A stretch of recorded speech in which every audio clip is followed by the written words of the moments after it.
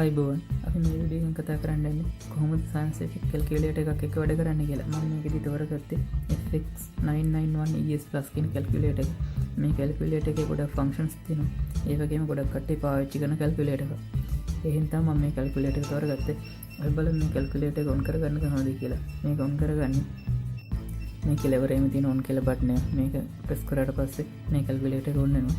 ඊට පස්සේ අපි බලමු මේ කැල්කියුලේටර් එකේ කොහොමද කන්ට්‍රාස්ට් එක. ඒ කියන්නේ මේකේ තියෙන එළිය අඩු වැඩි කරගන්න කියලා. අපිට shift එකත් එක්ක මේ mod බටන් එක තිබුවට පස්සේ මේ setup කියන option function එක වැඩ කරනවා. ඊට පස්සේ අපිට ඒක ඊළඟ කොටසට ගිහිල්ලා ඒ කොටසේ තියෙනවා මේ CONT කියලා එකක්.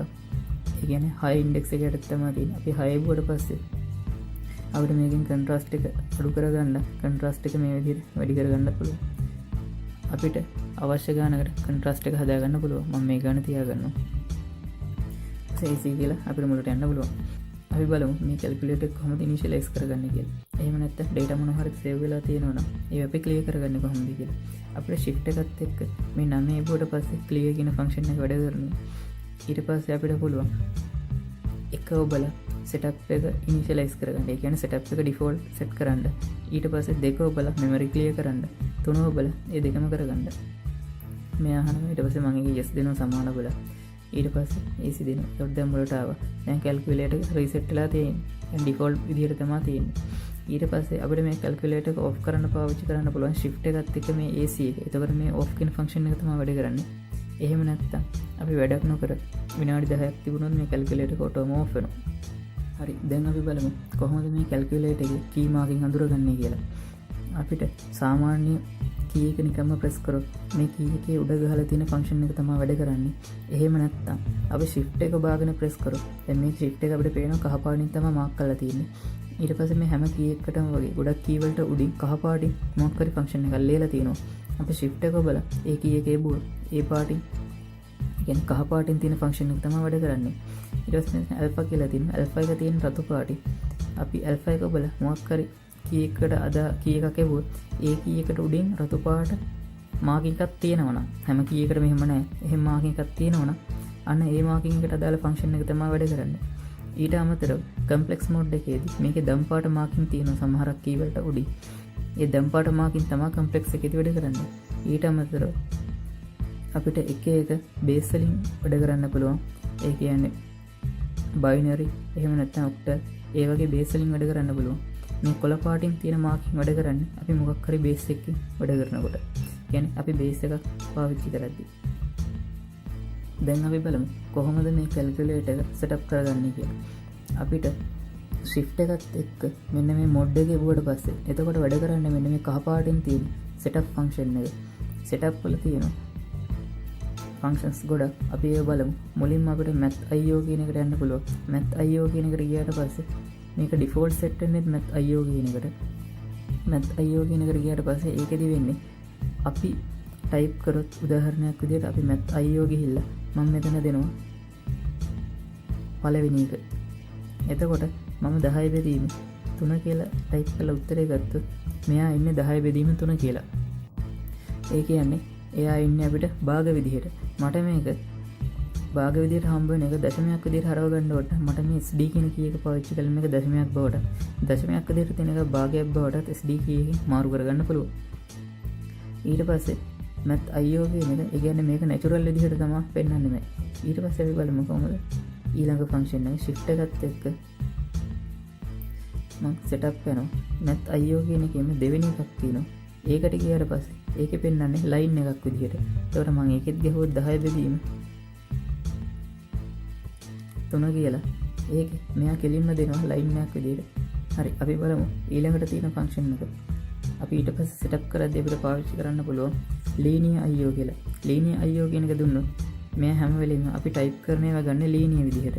මම මෙතන ගහුවොත් 10 බෙදීම 3 කියලා. ඒකේ උත්තරේ එයා කෙලින්ම දෙනවා. අපිට එක රූලකින් තමයි අපිට උත්තරේ දෙන්නේ. ඒ කියන්නේ භාග සංඛ්‍යාවක් විදිහට කොහොමවත් අපිට උත්තරේ හම්බ වෙන්නේ නැහැ. ඊට පස්සේ ඊළඟට අපිට setup කරගන්න පුළුවන් මෙතන 3 4 5 මේකෙදී අපිට පෙන්වන්නේ මෙයා කෝණයක් පෙන්වද්දි අපි මොකක්ද ඕනේ ඒකකේ කියලා. අපිට ඩිග්‍රී එකකින් රේඩියන්ට් එකකින් නැත්නම් ග්‍රේඩ් එකකින් අපිට කෝණේ ගන්න පුළුවන්. මම දැන් මෙතන දෙනවා 3 කියලා. එතකොට අපි මෙතනින් එහාට මෙන්න මෙතන D කියන එක අකුර වැටලා තියෙනවා උඩින්. එතකොට මෙතනින් එහාට මට හම්බ වෙන උත්තර ඔක්කොම හම්බෙන්නේ ඩිග්‍රී එකකින්. එහෙම නැත්නම් මම මෙතන 4 ක්ලික් කරොත් මෙතන R කියන එක තමයි වැටෙන්නේ. ඒ කියන්නේ රේඩියන් එකකින්. එතකොට මෙතනින් එහාට මට හැම උත්තරයක්ම හම්බෙන්නේ රේඩියන් එකකින්. අපිට ඒක ලේසියෙන්ම බලා ගන්න පුළුවන් මේ විදිහට. මම බලනවා sin inverse භාගය. ඒ කියන්නේ 0.5. මොකක්ද ඒක? ඒක දැන් රේඩියන් වලින් තමයි උත්තරය ඇවිල්ලා තියෙන්නේ. ඊට පස්සේ මට මේක බලා ගන්න ඕනේ නම් ඩිග්‍රී එකක් විදිහට මම shift එකත් එක්ක setup එකට ගිහිල්ලා මම මෙතන 3 ඔබනවා. ඊට පස්සේ මම මේ ෆන්ක්ෂන් එකේ මායමස්සරයක් බලනවා. එතකොට අපිට බලා ගන්න පුළුවන් ඩිග්‍රී එකක් විදිහට උත්තරේ. ඊට පස්සේ අපි setup කරගද්දි ඊළඟට අපිට පුළුවන් fix point. ඒ කියන්නේ දශම සංඛ්‍යාවක් තියෙදි ඒක අපි දශම තිතෙන් පස්සේ ඉලක්කම් කීයක්ද තියෙන්නේ කියලා තීරණය කරන්න. අපි බලමු fix point එක කොහොමද වැඩ කරන්නේ කියලා. fix point එකේදී මම fix point එක හාය select කළා.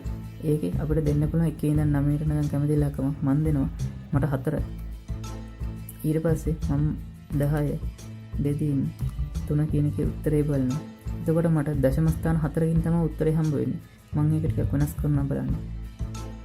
මම දෙනවා 6 එකට ගිහිල්ලා 2 කියලා. එතකොට අපිට දශම ස්ථාන 2කින් තමයි උත්තරේ හම්බ වෙන්නේ. ඊට පස්සේ තියෙනවා scientific mode එකෙන් අපිට උත්තරේ ගන්න පුළුවන්. ඒකදී අපිට 7 ටයිප් කර හැකියි. 7 ටයිප් කරාට පස්සේ මේ අහන එකේ ඉඳන් 9ට යන ඉලක්කම. එතකොට මෙයා significant bit අපි දෙන ගානකින් තමයි දෙන්නේ. ඒ කියන්නේ අපි බලමු significant bit මං ඉල්ලනවා 5කින්. එතකොට මම 5 සිලෙක්ට් කරනවා. එතකොට මෙයා 3ත් එක්ක ඉලක්කම් දශම තිතට පස්සේ ඉලක්කම් 4ක්. ඒ කියන්නේ ඔක්කොම ඉලක්කම් 5කින් තමයි මෙයා මට උත්තරේ දෙන්නේ. මම ටයිප් කරන්නම් තව එකක්.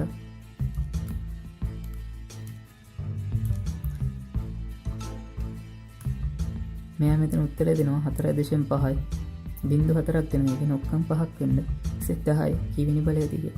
මේ විදිහට තමයි අපි scientific mode එක වැඩ කරන්නේ.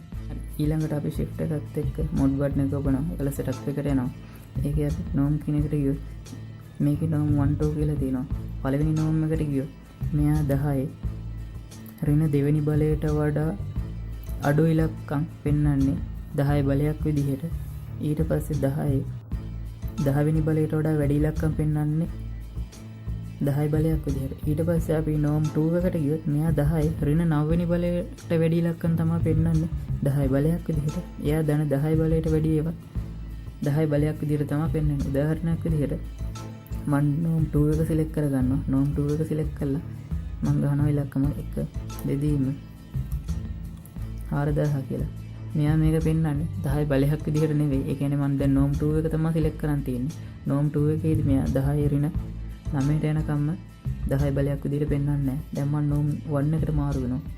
norm 1 එකට මාරු වුණාට පස්සේ මෙයා 10 බලයක් විදිහට තමයි පෙන්වන්නේ. මොකද මෙයා 10 බලයක් විදිහට පෙන්වන්නේ නැතුව ඉන්නේ 10 ඍණ දෙවෙනි බලයට යනකම් විතරයි. දැන් මෙතන ඍණ 4 වෙනි බලයක් තියෙන හින්දා මෙයා මේක පෙන්වන්නේ 10 බලයක් විදිහට. හරි අපි දැන් බලමු ඊළඟට මොකද්ද තියෙන්නේ කියලා. shift එකත් එක්ක mode එකට යනවා. මම ඊළඟ කොටසට යනවා. පල්ලෙහාට තියෙන ඊතලයේ බලලා. එතකොට දැන් තියෙනවා අපිට මේ පළවෙනි කොටසට තියෙන්නේ අපි කොහොමද මිශ්‍ර භාගයක් විදිහට ඉලක්කමක් පෙන්වන්නේ කියලා. දැන් මම පළවෙනි එක select කරගන්නවා. ඊට පස්සේ මම ගන්නවා 10 බෙදීම 3 කියලා. ඊට සමානයි කියලා ගහුවොත් මෙයා දෙන්නේ අපිට මොකක් විදිහට උත්තරේ? අපිට උත්තරේ හම්බ වෙන්නේ දශම සංඛ්‍යාව විදිහට. මට මේක shift එකත් එක්ක mode එකට ගිහිල්ලා මෙතන එකව බල ආයසරයක් එකේවුවනම් මෙයා හදාගන්න පුළුවන් අපිට භාගයක් විදිහට පෙන්වන්න. ඒ කියන්නේ චතුරාර්ය සංඛ්‍යාවක් විදිහට පෙන්වන්න. මම 10 බෙදීම 3 කියලා අපසරට ටයිප් කරනවා. මෙයා මට ඒක දෙන්නේ මිශ්‍ර භාගයක් විදිහට. ඒ කියන්නේ 3යි 3න් 1 කියලා. මට මේක ඕන විෂම භාගයක් විදිහට. මම shift එකත් එක්ක mode එක ඔබනවා. ඊට පස්සේ මම පල්ලෙහාට හිතලා ඔබලා මම මෙතන දෙවෙනි එක තෝරගන්නවා. ඒක තෝරගත්ත පස්සේ මෙයා අපිට ඒක දෙන්නේ මිශ්‍ර භාගයක් විදිහට. අපිට මේ විදිහට තෝරගන්න පුළුවන් මේක දෙන්නේ විෂම භාගයක් විදිහට මිශ්‍ර භාගයක් විදිහට කියලා. හරි අපිට ඊළඟ කොටස පාවිච්චි කරලා පුළුවන් කම්ප්ලෙක්ස් නම්බර් එකක් පාවිච්චි කරද්දී අපිට උත්තරේ ඕනේ රෙක්ටැන්ගියුලර් කෝඩිනේට් වලින්ද එහෙම නැත්නම් පෝලර් කෝඩිනේට් වලින්ද කියලා දැනගන්න. රෙක්ටැන්ගුලර් කෝඩිනේට් එකක් දුන්නොත් අපිට හම්බ වෙන්නේ a+bi විදිහට. අපි පෝලර් කෝඩිනේට් ඉල්ලුවොත් අපිට හම්බ වෙන්නේ r එකක් එක්ක θ එක. ඒ කියන්නේ r සහ කෝණයක් විදිහට අපි දැන් මෙතන 3 ඔබලා මම මෙතෙන් තෝරගන්න මෙන්න මේ විදිහට තියෙන එකෙන් මම එක තෝරගන්න. එතකොට මට හම්බ වෙන්නේ රෙක්ටැන්ගුලර් කෝඩිනේට් විදිහට. අපිට මෙතන 4 කියන එක පාවිච්චි කරලා අපිට සිලෙක්ට් කරගන්න පුළුවන්. අපි පාවිච්චි කරද්දී ස්ටැට් කියන මොඩ් එක පාවිච්චි කරද්දී අපිට ඩිස්ප්ලේ කරනවද නැද්ද කියලා ෆ්‍රීකවන්සි කොලම් එක. ඒක අපි ඔන් කරලා තිබුණොත් ෆ්‍රීකවන්සි කොලම් එක ඩිස්ප්ලේ කරනවා. ඔෆ් කරලා තිබුණොත් නැහැ. ඊට පස්සේ අපිට තෝරගන්න පුළුවන් 5 කියන එකේදී දශම සංඛ්‍යාවක් අපි ටයිප් කරනකොට දශම තිත විදිහට තිතක්ද වැටෙන්නේ කමා එකක්ද කියන එක අපිට මෙන්න මේකෙදි සිලෙක්ට් කරගන්න පුළුවන්. මම ඒකෙදි තිත කියන එක සිලෙක්ට් කරගන්නවා. එකම වීඩියෝ එකම ඔක්කොම කරන්න බැරි හින්දා වීඩියෝ කීපයකට කරන්න තමයි මම බලාපොරොත්තු වෙන්නේ. ඊළඟ වීඩියෝ එකකින් අපි බලමු කොහොමද මේකේ ෆන්ක්ෂන්ස් එක්ක වැඩ කරන්නේ කියලා.